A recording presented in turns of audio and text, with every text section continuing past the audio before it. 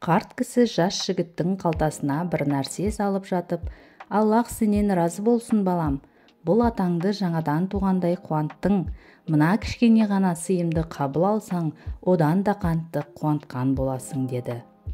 Жас жігіт жасаған ісінің сияпатын көретінін әуел бастан ақ білетін.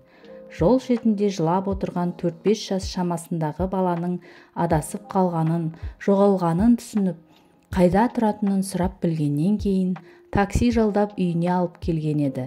Бірақ жігіт іздеген үйін тапқанда өкініштен өңі бұзылып қоя берді. Жол бойы қиялдап келген ауласында бассейн, бағалы машина тұрған үлкен вилланың орнында ескі қирайын деп тұрған үйшік тұрады.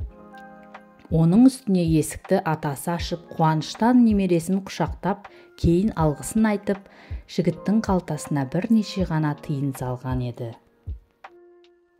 Қомақты сыйақымен шығатынын жоспарлап келген жігіттің қиялдары төңкеріліп, ішінде бір от тұтана бастайды. Ойында өте сараң, шығымсыз шалға кезіккен еді. Және де оған міндетті түрде дәріс беру керек еді. Қарт кісінің көзіне тік қараған бойда қалтасындағы тиындарды баланың аяқ астына лақтырып жіберіп, «Мә, өзіңе кішігірім ойыншық ал, осылайша жомарттықтың не екенін түсінерсің» дейді.